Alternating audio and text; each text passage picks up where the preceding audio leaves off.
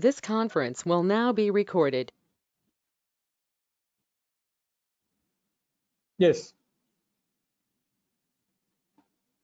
So I need you people to, so you put sensory higher mental function. Okay, so this I think most of you will be knowing. Most of you will be knowing. You have put as cranial nerves, motor, sensory, coordination. Chandani has put a little bit more elaborate, autonomic nervous system, cerebellum. Okay. So I'll just start sharing my screen.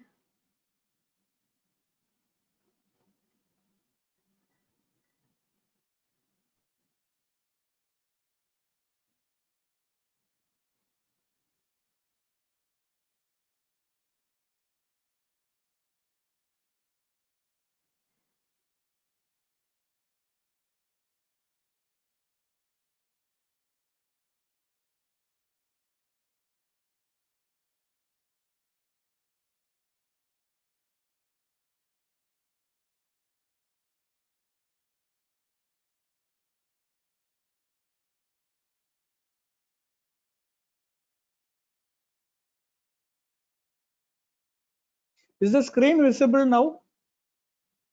There's a slight lag I am facing here with reference to the. Okay, fine. So as most of you have told,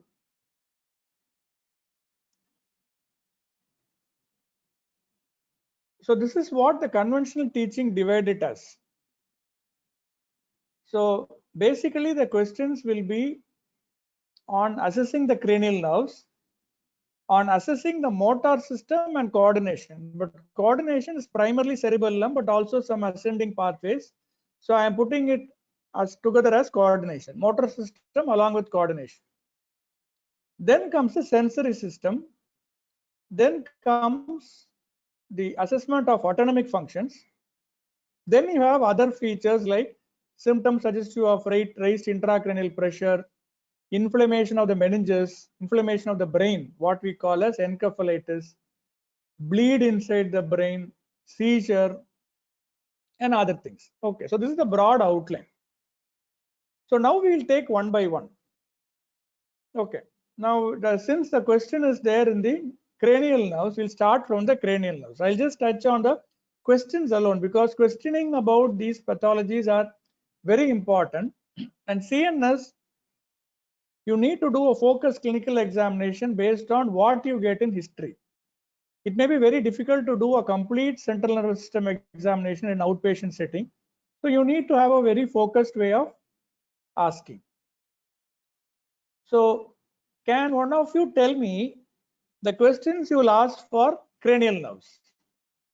Questions you will ask for cranial nerves. Please follow the proper sequence and tell me the history for cranial. Maybe we can take few cranial nerves. What is the cranial nerve questions? You will ask for the first two cranial nerves, olfactory and ophthalmic. We'll take one by one. Olfactory and ophthalmic. So Paritosh feels any altered sense of smell. So it can be a, okay, Sathak has given us loss of smell, abnormal sensation of smell, okay. Give me in the form of a question. Smell disturbance means if you ask smell disturbance, patient may not be able to tell a proper reply. Able to appreciate the smell of food, okay, or coffee, fine. Then any other question you will ask? See, central nervous system, it should be a clarity of the question is very important. You need to ask the, can he appreciate smell of food? That already told. How will you ask for altered smell? Altered smell means what is the alternation? What is the alternation? You need to mention it, otherwise the individual may not be. No. Can he sense smell without any Something, very good. Roshni has mentioned that, are you appreciating anything which is pleasant as a bad smell? For example, a perfume will smell bad or a flower will smell bad. Okay, or it can be other way around. It could be a pungent or a very strong smell, but they will appreciate as a pleasant smell. So that is what is called parosmia. Okay, anosmia is loss of smell. Parosmia is altered smell. Smell will be altered. Okay, fine. How about for vision? How about for vision? What question you will ask for vision? See, already I told you the question has to be very, very specific. Otherwise, in our system, it may be very difficult to get the problem.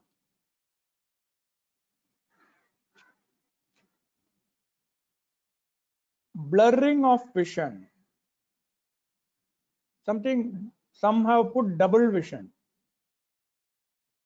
Now, why should optic nerve cause double vision? Okay, Roshni has put, can they see signboards from a distance? Read book. Pulkit has put difficulty in viewing object which you could see normally. Okay. Okay. Fine. Okay. So I'll go into the description. See, in CNS, remember, try to make the question as less as possible and as precise as possible.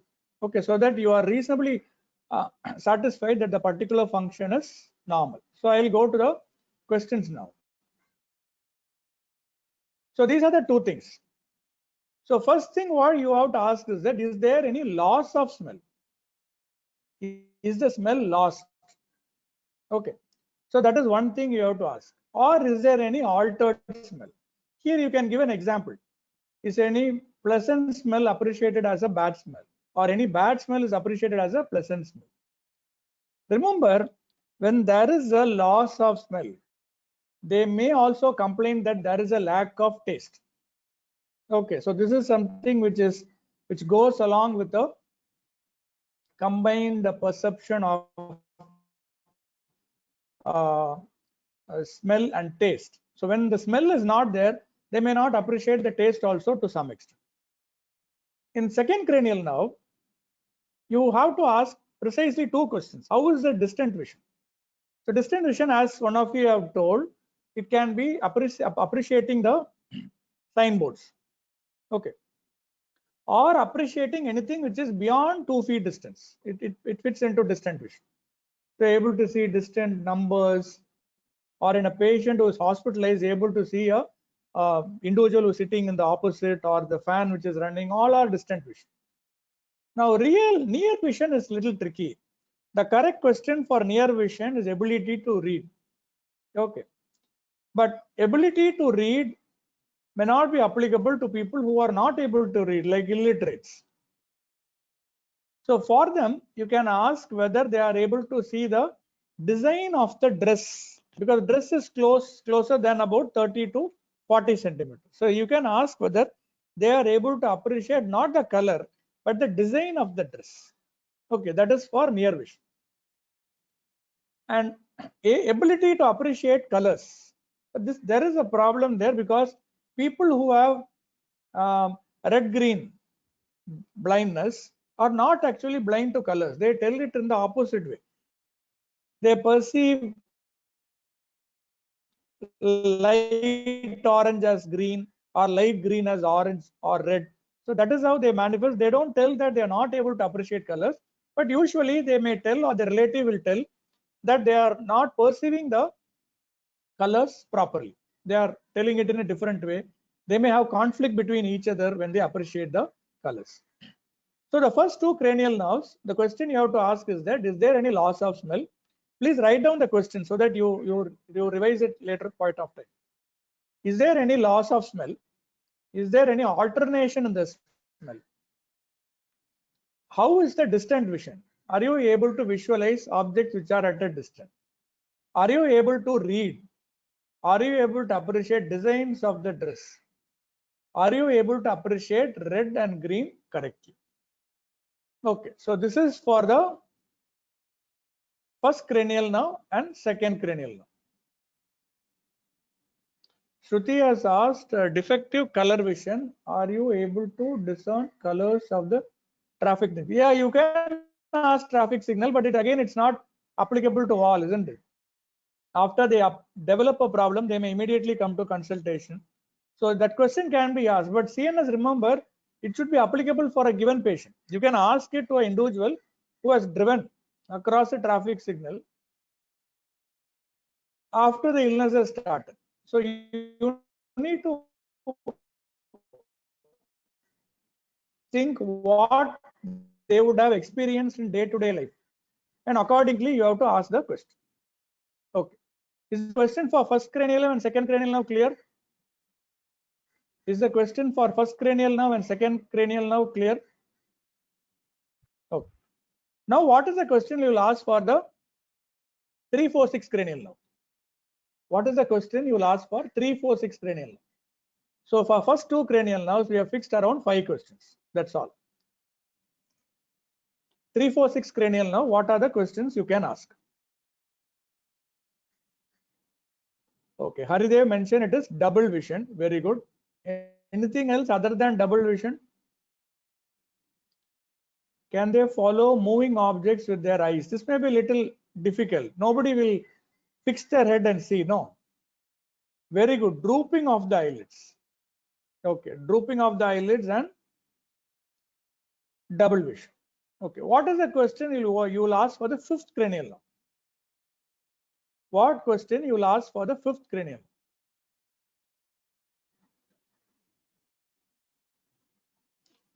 Sensation on the face, chewing difficulty.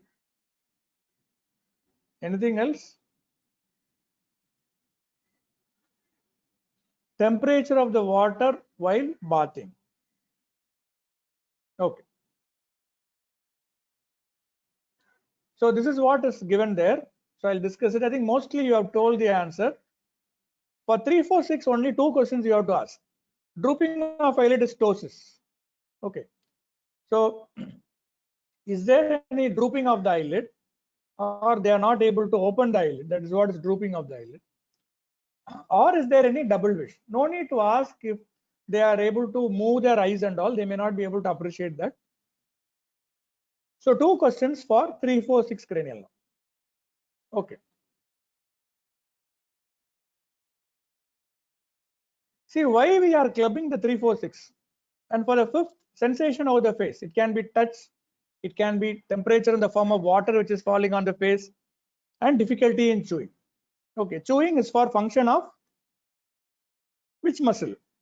Chewing is function of which muscle?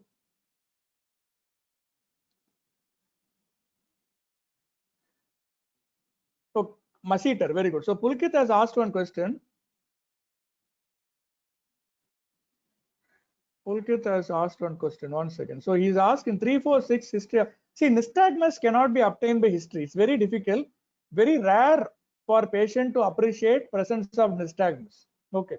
So we don't ask history of nystagmus. It's not, patient may not be able to understand. Okay. So is the questioning for 3, 4, 6 and 5th cranial nerve clear? Again, I am repeating, ensure that you ask only questions which can be understood by the patient. So restrict the number of questions. Okay. So now what is the question you will ask for? So 1 second. Smriti has asked another question. Drooping of the eyelid more often examination finding. No, they will know. Once patient will have drooping of the eyelid, what they will do is that either they will extend the neck and see, or they will use the finger to open. Okay. So when it is very mild, they may not appreciate. I agree. But complete ptosis, patient will be able to understand. Okay. Now going to the 7th cranial nerve and the 8th cranial nerve. So what are the questions you will ask for the 7th and the 8th cranial nerve? You can also tell the 9th cranial nerve if you want. 7th and the 8th. We'll stick to 7th and the 8th. So what are the questions you will ask for the 7th cranial nerve and the 8th cranial nerve?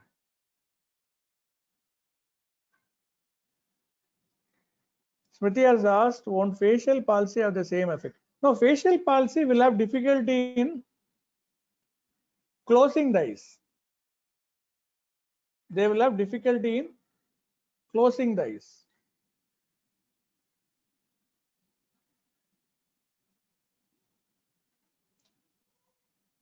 Okay, 7th cranial nerve they have put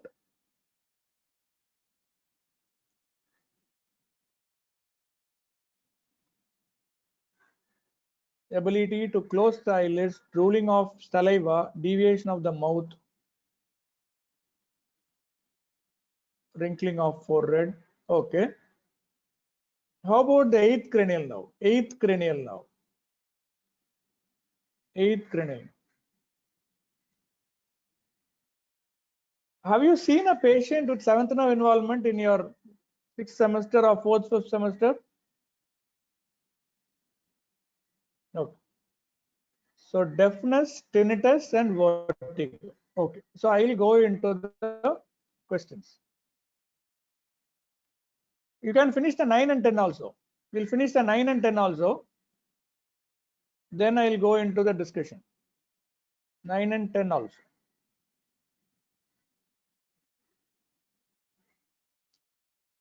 Ninth and the 10th cranial nerve. What are the questions?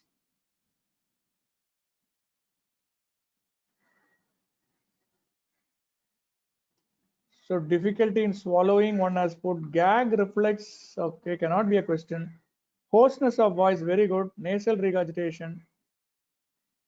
Okay. So I'll go for the answer now. The 7th cranial nerve, two primary things you need to look at in the history is that, is there a deviation of the angle of the mouth? Is there any difficulty in closing the eyes? Okay. So sometimes patient may not be able to appreciate the difficulty in closing the eyes. It will be the relatives who will tell, or they may tell that some foreign body sensation is occurring in the eyes, especially when the closure or defect is very minimal. So primarily you have to concentrate on deviation of the angle of the mouth to one side. Then you will be asking about the drooling of the saliva or stages of food inside the mouth and difficulty initiating taste. Okay, remember the taste is actually controlled by the lower motor neuron fibers, special fibers of the 7th cranial nerve. So that you need to remember. So closing of the eyes, deviation of the angle of the mouth, drooling of saliva, stasis of food, and taste. Don't be asking about wrinkling of forehead and all. That's not possible. It's an examination find. So we don't see whether we are able to wrinkle normally or not. It is an examination find. So eye closure is what you need to ask. The symptom for the 8th cranial nerve, I think most of you have given the correct answer. Any impairment in hearing, any rotatory dizziness, which is called vertigo, any ringing sensation in the ear, which is called tinnitus. So that is for the 8th cranial. For the 9th cranial nerve, primarily you are asking about three things. Is there any nasal regurgitation? So when they attempt to drink liquid, it will come out through the nose. That is what is called nasal regurgitation. And since pharynx plays a very important role in the initiation of swallowing, they may have difficulty in swallowing. The pharyngeal phase of swallowing will get altered. Or when the vocal cord is affected, because the 10th nerve, you know, the recurrent laryngeal nerve, vagus supplies the vocal cord. They may have hoarseness or sometimes slight alternation in the voice. Okay. So this is what you need to ask. 7th cranial nerve, it's closing of the eyes, deviation of the angle of the mouth, drooling of saliva. Please note down the questions for each cranial nerve because you will need it when in subsequent classes when we discuss the history scenarios. Drooling of saliva, stasis of food, and taste. For 8th cranial nerve, impairment in hearing, rotatory dizziness, ringing sensation in the ear, and for 9 and 10, you ask about nasal regurgitation, difficulty in swallowing or dysphagia, and hoarseness in voice, or maybe just alternation in the voice.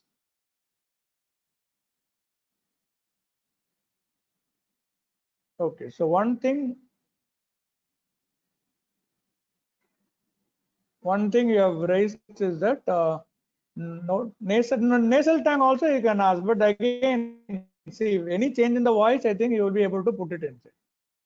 Smriti has asked, giddiness more appropriate, describe vertigo or dizziness. No, see, giddiness, dizziness are all interchangeable words only. That's why I put a word rotatory. There should be a rotatory element. So it can be giddiness or dizziness, both are interchangeable only. So there's no big difference from these are subjective words used by the patient. But is there any rotatory instability? So that is what you need to really look at. Okay. So is 7th, 8th, 9th, 10th cranial now clear? History for 7th, 8th, 9th and 10th cranial now clear? Okay. Now what will be the question for 11 and 12? So Sana has asked, stasis of food inside the mouth not attributable to fifth nerve palsy also. No. See, basically stasis is occurring due to buccinator weakness. Okay, Sana, the stasis is actually occurring due to buccinator weakness. Masseter weakness will not produce stasis. They will have difficulty in chewing. So what they will do, they will make it as powder, or they will crush the food and they will swallow. Okay, the question for Roshni has put ability to turn head side to side, ability to shrug shoulders, mix food with saliva. Abnormal movement of the tongue. Purikit has put slurring of speech. See, mention the cranial now. We are mixing 11 and 12. Harini has put 11 shrugging of the shoulder, 12 movement of the tongue. Yeah, it's in the form of question. So Paritosh has put difficulty in shrugging the shoulder, difficulty in turning the neck to side to side. All of you are putting only partially correct questions. Some are putting some one part of it correct, the other correct part is put by somebody else. Okay, I'll ask you a very simple question. Do we regularly check whether we are able to shrug the shoulder? Many of you have put the shrugging of the shoulder. We don't regularly check. So that's why I already told you. In central nervous system, think whether the question is related to a routine functional thing we do. Okay. So these are the questions you will ask. Okay, for 11th cranial now, whether you are able to turn head from side to side, turning head from side to side, and whether you are able to lift head from the pillow. If there is a sternomastoid weakness, you will either have difficulty in turning the head from side to side, or when you lift it from the pillow, you won't be able to do it. And for 12th cranial now, you can just ask for slurring of speech. And in additionally, you can ask if there is any difficulty to move the tongue freely inside the mouth. They may tell that after taking food, I am not able to remove the food particle in the tooth. Okay, such kind of a thing can be asked.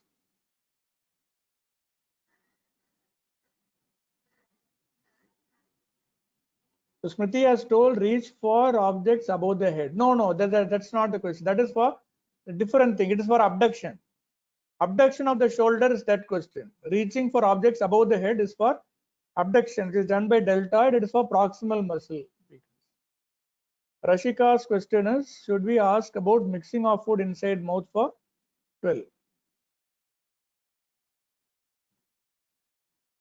Yeah, to some extent true. To some extent true. Mixing of food only. So they will tell that when I take the food, when I eat food, my tongue appears to be stuck. I'm not able to move it. That is what I meant. You can even ask mixing of food, whichever way is convenient to you, but communicate to the patient in a correct way and get the answer.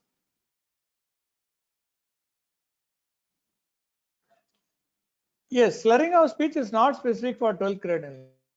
It can be anywhere from the cortex up to the 12th cranial nerve, or it could be local problem also. It could be an ulcer in the tongue. Okay, so it can be, it need not be always 12th cranial nerve, but it is one of the symptom of 12th cranial. That we'll discuss in localization. Okay. Now cranial nerve question is clear. Are the cranial nerve questions clear? What questions you have to ask for cranial nerve? Is that clear? Okay.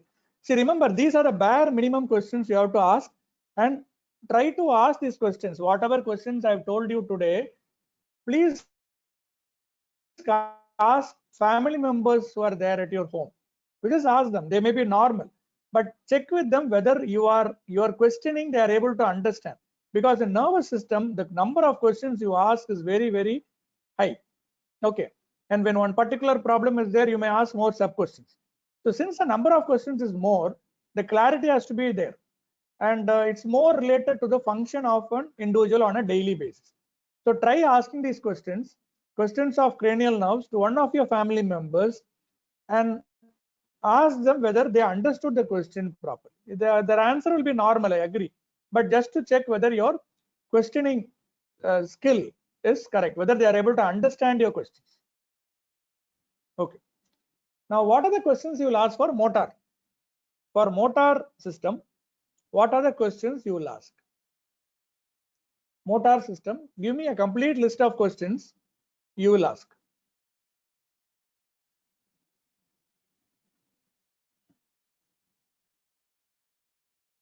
Don't just put the questions, put it in an organized way.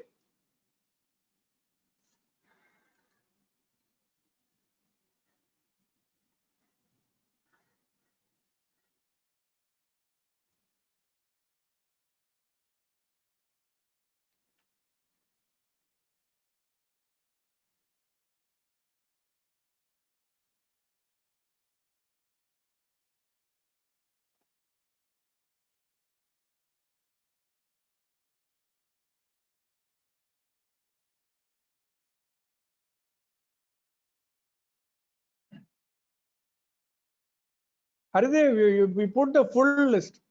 We put only for upper limb. Take time. There's no urgency. Take time. You put upper limb proximal alone. You put upper limb proximal, upper limb distal. Similarly, lower limb for proximal, lower limb distal.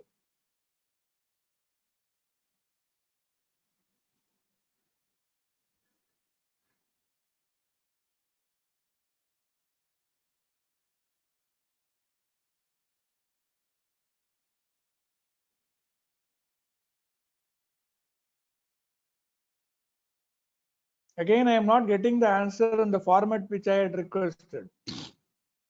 Upper limb proximal, upper limb distal, lower limb proximal, lower limb distal. Anything else, if you want, you can add.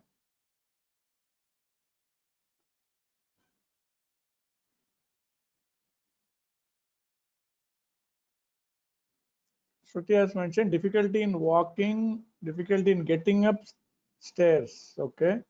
Difficulty in combing hair. I'll give some time. Others also try. Very few people are trying. Others also try, because this motor system is very important for the undergraduate. Mostly you will be getting disorder which affects the motor system only, primarily. In addition to motor system, you may have sensory, you may have cranial nerve, but for undergraduate, primarily it will be the motor system.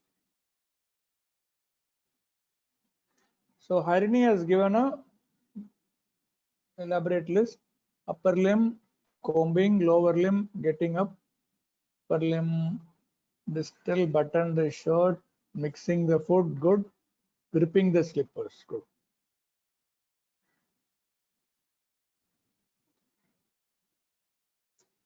Okay.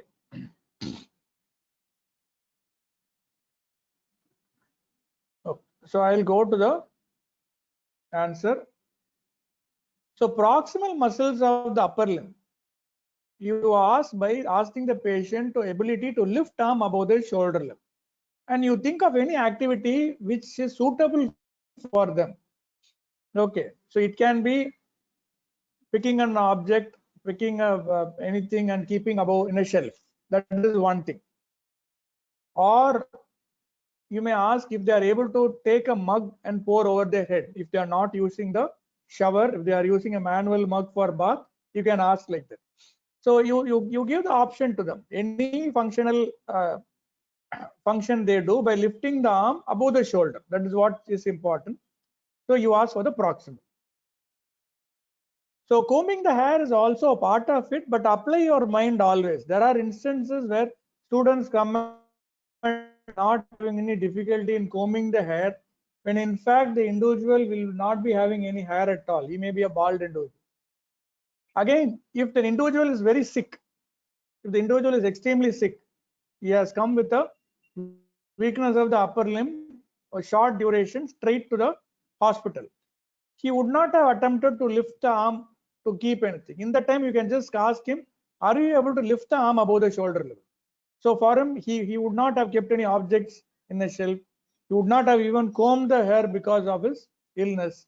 But he would have lifted the arm above the shoulder level for some purpose. So you can even just like ask lifting of the arm above the shoulder level, but apply your mind and think whether that particular activity the individual did or not. Okay. Now, the distal muscle power of the upper limb can be asked by whether you are able to button the shirt. Basically, functions done by the fingers or the blouse for women. Able to mix food, able to grip objects.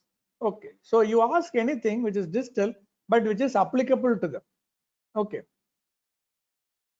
For example, when it is a left hand, you may have to only ask about gripping the objects. Mixing the food, most of us do not do with it. Okay, now the lower limb, for the proximal limb power, we ask about getting up from the sitting or squatting position. If they're squatting means people who use Indian toilet or you use a habit of sitting on the floor, you can ask that. Or you can even ask about ability to climb stairs. So that is also predominantly proximal. Okay, because you need to lift your hip with a great effort and you apply pressure.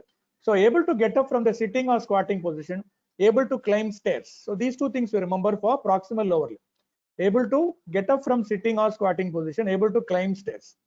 Distal, it's little tricky because any tripping of toes or slipping of the footwear or difficulty to grip the footwear or sometimes dragging of the foot, because distal foot weakness is often to really bring it out until unless it is isolated and severe. So these are some of the questions you can ask. Does the toe trip? Does the footwear slip? Or they're not able to grip it at all? They're gripping it and the slipper is getting off. Only if that kind of a footwear which needs gripping. One thing which you all forgot is truncal weakness. Truncal weakness is also equally important.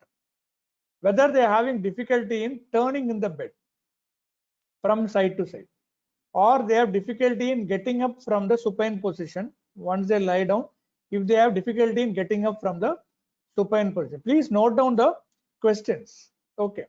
So these are the questions you will be asking for more.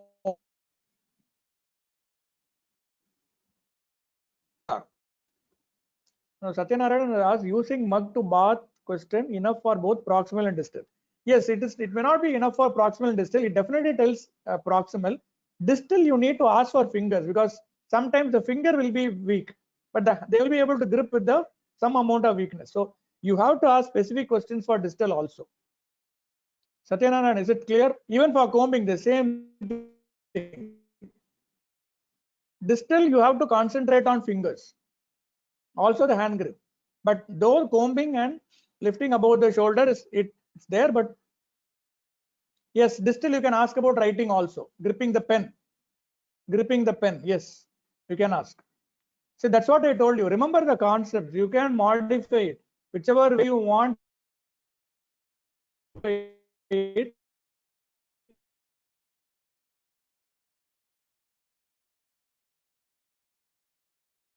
And modify and try to ask the question. Is the motor system question clear? Is the motor system questions clear? If motor system is clear, we'll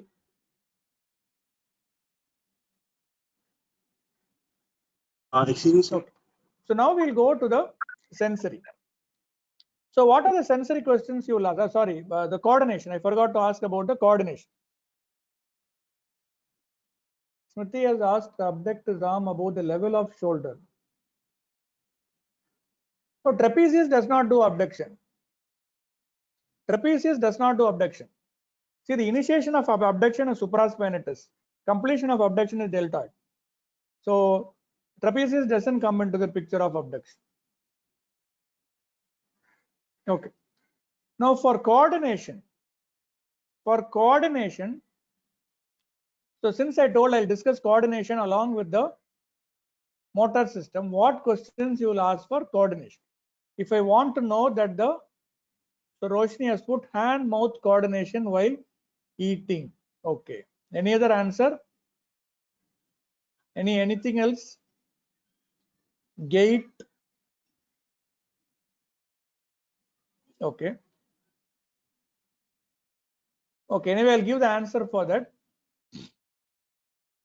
See, basically, you're looking at two things for coordination. Okay. So, coordination is a big concept. You need to understand a lot of functional aspects and the structures, both anatomical and physiological, which play a role. But this is how you ask. So the first thing you need to ask in coordination, whether you are able to reach a target. For example, if there is a tumbler, are you able to reach the tumbler without difficulty? That is the first thing. Then whether the individual is able to take the target from one place to another. So it can be food which is taken from the plate to the mouth, or it can be an object which is taken from one place to another, and able to walk without any instability. Okay. So basically, this is what you need to ask about. But remember, when there is history of weakness, when they tell that I am having weakness of the hand or I am having weakness of the leg, then the coordination question cannot be asked, because whenever there is a weakness, there will be some amount of difficulty in these things also. Okay. So only when the weakness is not there, or when the weakness is very minimal, you can ask these questions. So the concept is able to reach a target, able to move the target from one place to another. Example is to bring food to mouth without spilling, ability to ambulate without any instability. Okay. So this is the question for coordination. Aditya has asked, extrapyramidal symptoms are part of motor system, but extrapyramidal function is little different. Okay, so the questions for extrapyramidal are a little different. So we'll be more of a kind of a stiffness of the extremity or tremor. So these are the extrapyramidal symptoms. So involuntary movement. So that is not usually mixed with the weakness. Sarthak has asked, this is what I put cerebellum. These are the cerebellum. This is what, see, by coordination, I mean, already I told you in the beginning, cerebellum is one of the most dominant structure which plays a role in coordination. There are many other structures which play a role, but for cerebellum, this is the question. And I mean, it's not only for cerebellum. That's why I've used the word coordination. Sometimes the problem will be in the spinal cord. They can also have instability in walking. Posterior column dysfunction can cause ataxia. Yes. So it is understood when there is a weakness. Alan G has asked if there is any gross motor weakness, we have to tell coordination cannot be assessed. Yes, you can if you want you can tell. Since there was weakness, I didn't ask about coordination. Yes, you can mention that. Okay, so I'll go to the sensory system. Now, sensory system, what are the questions you will ask? Sensory system, what are the questions you will ask?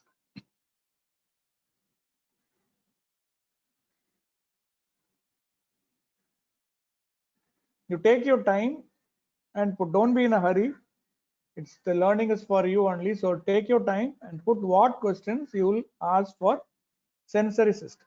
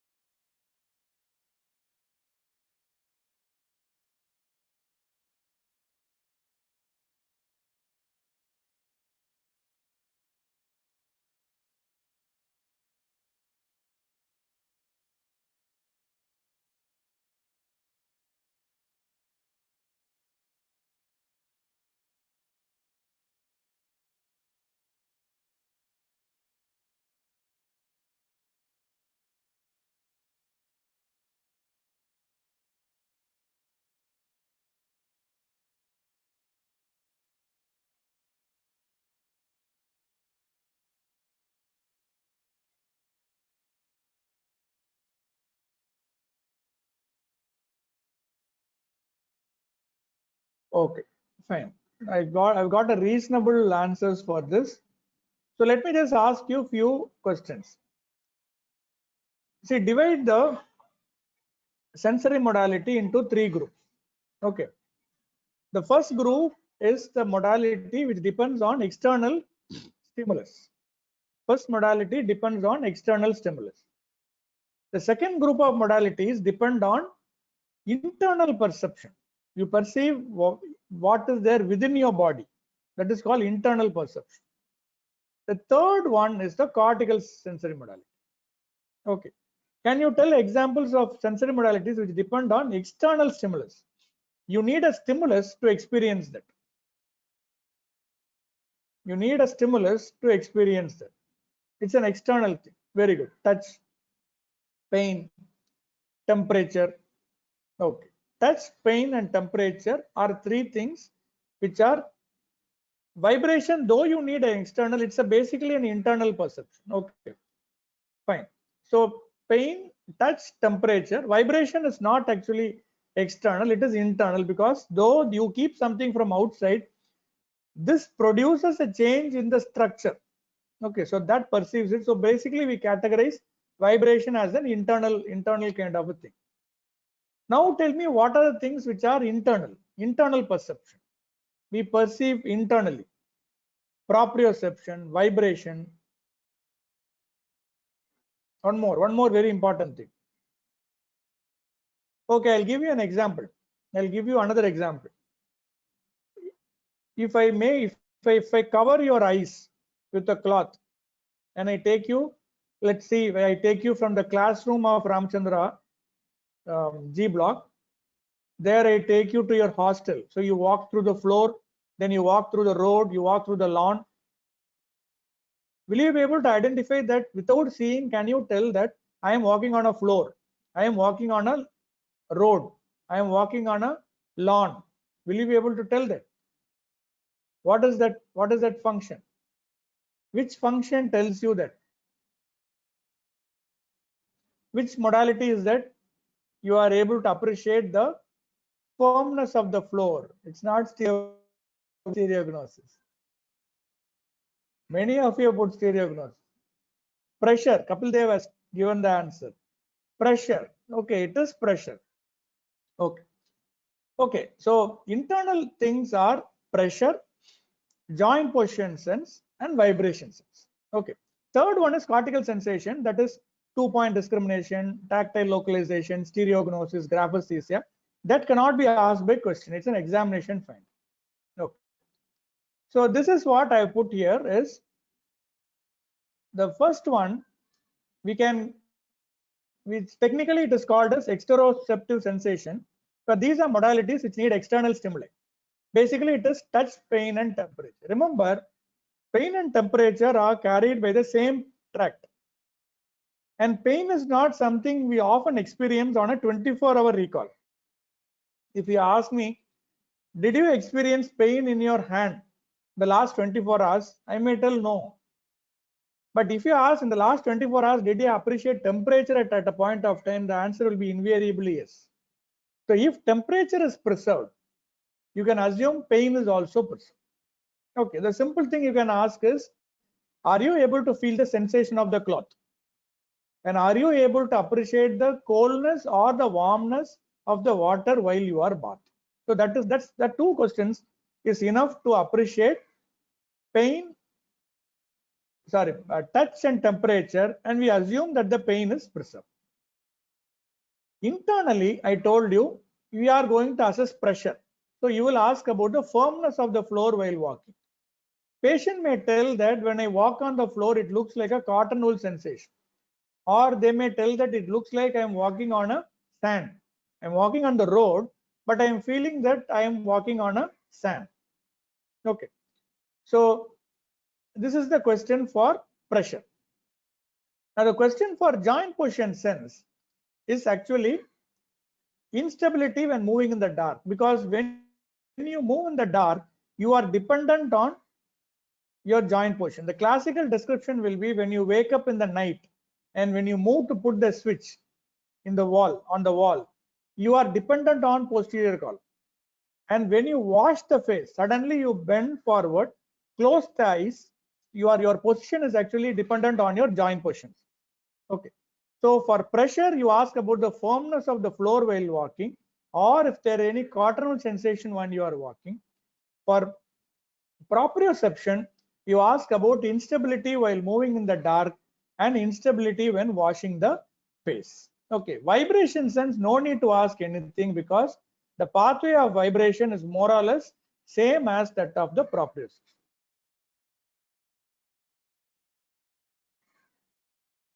Satyanarayanan has asked, see, phantom limb is a totally different concept. Let's not go into that. Phantom limb is a misperception of a sensory input. Okay. No, don't ask about the vibration of the phone and all. See, basically vibration, it is not cutaneous vibration. It's joint vibration.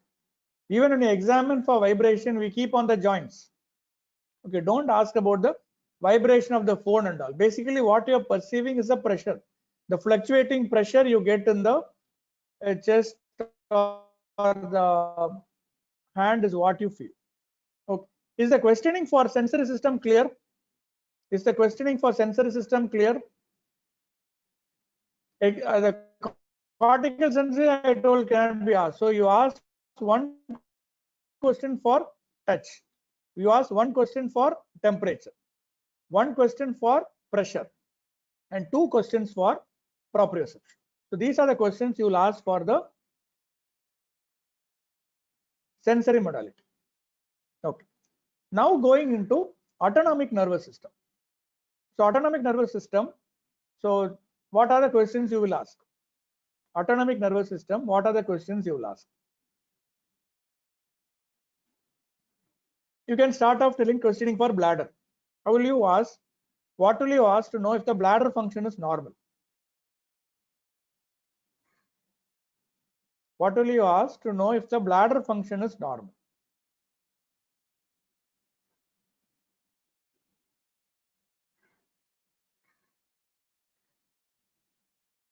Dribbling of urine.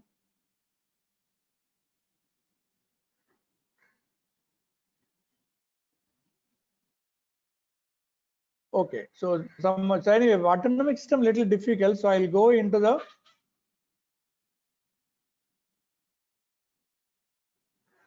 okay.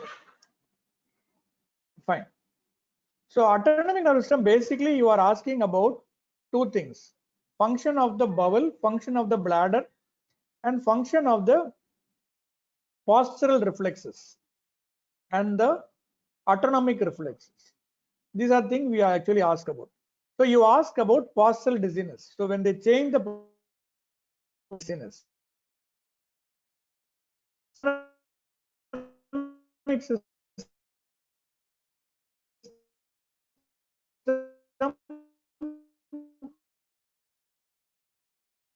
controls the prevention of fall in the BP when you change the position.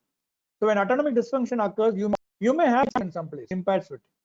For men, if there is any erectile dysfunction, that can be an indication of autonomic dysfunction, especially in diabetic patients. Now bladder, some of you have put the question, they follow the sequence. Are you able to perceive the bladder fullness? Okay, so that is the first thing. So bladder gets filled up when do you get the sensation of voiding? Okay, when do you get the sensation of voiding? What is the amount of urine which when gets accumulated in the bladder? When the bladder is full, are you sure? Think and answer. See, quite often you get the urge when there is about half filled or even quarter filled. Very good. Maybe even if the quantity is around 150, 200 ml, you will get the micturition urge. But subsequently, the feeling goes off. That is because the frontal lobe suppresses the bladder. Though the bladder is ready to empty, when it is half filled, the frontal lobe will suppress the bladder and tell it to inhibit the bladder. It will inhibit the bladder and the muscle will get relaxed. Therefore, you are able to control till an appropriate place is reached. So till you get the toilet, you you are able to control it. So it is a frontal lobe, upper motor function, which actually does it. Subsequently, once you reach the washroom, you are able to initiate the micturition, complete micturiration without any incomplete bladder evacuation. Okay. So bladder sequence alone, you concentrate more. It's important. Are you able to feel the fullness of the bladder? Are you able to control till you reach the washroom? Are you able to micturate normally? And is there any incomplete bladder evacuation? That is, you go to the washroom and come back, and again you go back to the washroom, which means that there is incomplete bladder evacuation. And for bowel, it's primarily bowel incontinence, though constipation is also relevant. Bowel incontinence is a more reliable symptom of autonomic dysfunction than constipation. Okay. So anyway, autonomic function is not that important for you, but you need to have a idea about the autonomic dysfunction, because assessment and diagnosis of autonomic dysfunction is quite difficult. Okay. Anyway, did you understand the outline of autonomic dysfunction questions? Just an overview. I didn't go in depth into that, just an overview. Okay. Now going to the last phase. So additional questions. So we have finished the questioning for cranial nerves. Smriti wants me to repeat the bladder stimulus. See, when bladder is maybe 1/3 or 50% full, at the spinal level, the detrusal will try to empty the bladder. But when that happens, the frontal lobe will actually inhibit, because that is called social inhibition. So it will inhibit the bladder, and subsequently you will defer, the detrusal will get relaxed. The upper motor neuron fibers will suppress the bladder, and the urge to micturate will go off. Each one of us would have experienced it. So later on, when the socially appropriate place is available, then you can go into the washroom and then micturate. So that ability to control the bladder until you reach the washroom is by your frontal lobe. So that is the second question. Subsequently, things are easy. Ability to void. Is there any incomplete bladder evacuation? Postural dizziness related to autonomic. See, when you get up from a supine position, when you are in the supine position, your peripheral distance is actually little less. Okay, when you get up, when you reach the erect position, there should be adrenergic contraction of the peripheral vessels. That is driven by the adrenergic and adrenomimetic hormones or the secretions. So that is a function of autonomic nervous system. Again, sweating is controlled by autonomic nervous system. Okay, skating. Yes. Now I'll finish the sweating. Sweating is basically, it's an autonomic response to various stimuli. It can be pain, it can be temperature, it can be fear, it can be happiness sometimes. So this is again a response of the sympathetic system. Okay, so that is why it is a impaired sweating can be a. Okay, Smriti has asked, yes, that is the break point. Beyond the point, the bladder capacity reaches full, and there will be a point beyond which the frontal lobe will not be able to control. Can we ask about accommodation of eyes in the dark? No, I don't think we can ask about that. You are asking for 3-4-6 cranial nerve. Arushi, are you asking for the 3-4-6 cranial nerve accommodation of the eyes? Or you are asking for sympathetic constriction? You are asking about the constriction of the pupil. No, we cannot, because they won't be able to appreciate. No, they won't be able to appreciate whether that's a very complicated question. So we use pupillar response for autonomic function. I agree. Okay, Alan G has asked dribbling of urine. See, dribbling of urine occurs when there is two things. When there is, sometimes what will happen, the patient will not be able to appreciate the bladder fullness at all. So the bladder will get full and then it will overflow. That is called overflow incontinence. Okay. And dribbling can also occur when there is problem in the sphincter. When there is weakness of the sphincter, then also dribbling can occur. Okay. Sometimes dribbling will occur even when there is a synergia between detrusor and sphincter. Okay. So these are the situations where dribbling can occur. Dribbling is a Incontinence is a separate concept. So I think you got an idea about it. Okay. So other questions what you need to look at is symptoms of raised intracranial pressure, symptoms of meningitis, symptoms of encephalitis, and bleed. So I've just put the question there. So at the end, we do ask about presence of headache or projectile vomiting or change in the mentation, any fever or neck pain, any altered behavior or seizures, and if there is any mentation and there is severe headache preceding the neurological deficit. These are generally the associated symptoms we can ask, but we can also elaborate it depending on what symptom you get. Okay, so these are the sub questions. So you ask about cranial nerves, you ask about motor system, then you ask about sensory system, and of course after motor I told about the coordination, and you ask about the autonomic nervous system and also about the additional symptoms of intracranial pressure, meningitis, encephalitis. Okay, so this completes the questioning pattern for history of presenting illness. Okay. Any doubts you have in the history questions which I've put? This you please write. You have to write it in a question format. And please ask people at your home.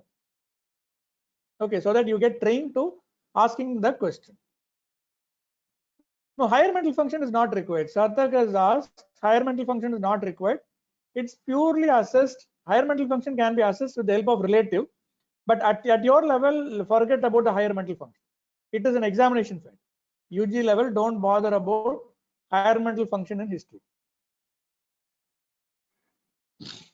Impairment mentation can be anything. It can be mild confusion, or it can be irritable behavior, or it can be frank coma, disorientation.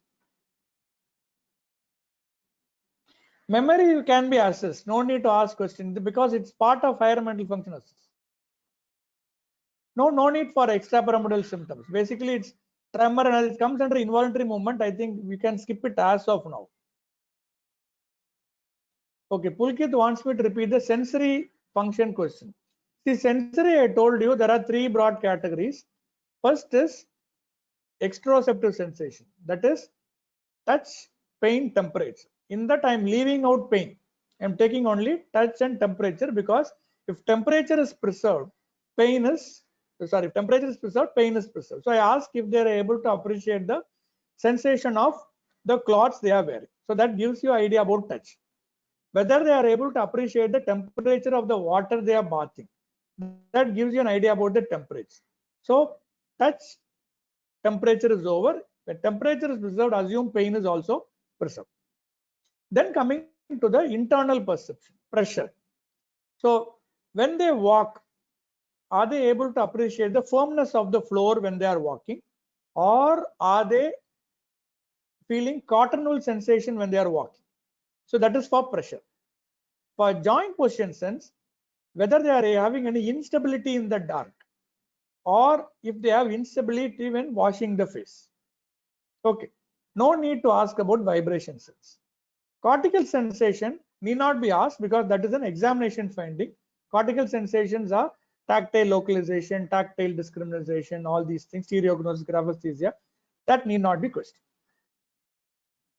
Is it clear, the questioning for sensory system?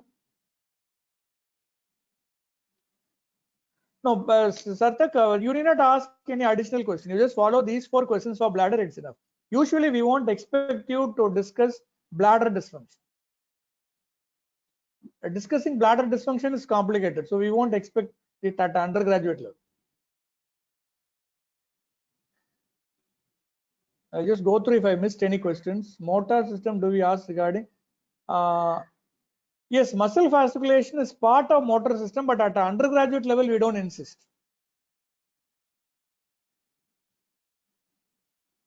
Okay, I think I'll close the class today. See, next class, I want one of you to present a CNS case. Is it possible? Can one of you prepare? Can one of you prepare a CNS history case sheet, like in a patient with hemiplegia? Are you having any history in hemiplegia? You already have with you. Okay, I think Sanjana has agreed to do it. So I think Sanjana, you can. Sanjana agreed to do it, so she will email me the case sheet. We will plan one class next week on history. Okay, I will stop the recording of this.